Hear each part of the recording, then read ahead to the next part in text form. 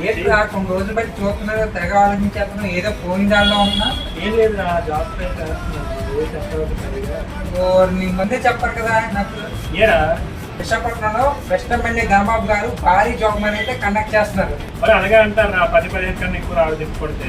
ఒరే అలాగే అనుకుంటారు ప్రతి ఒక్కరు కూడా, ఈ తనే కాదు ప్రతి ఒక్కరు అలాగే అనుకుంటున్నారు. ఒక్క కంపెనీ కాదు, దాదాపు 58 కంపెనీలు అయితే వస్తున్నారా. అది క్వాలిఫికేషన్ ఏది చేయట్లా. క్వాలిఫికేషన్ వచ్చి 10th, inter, diploma, degree, BTech ఇంకా అలా ఎక్కువ ఉన్నాయి.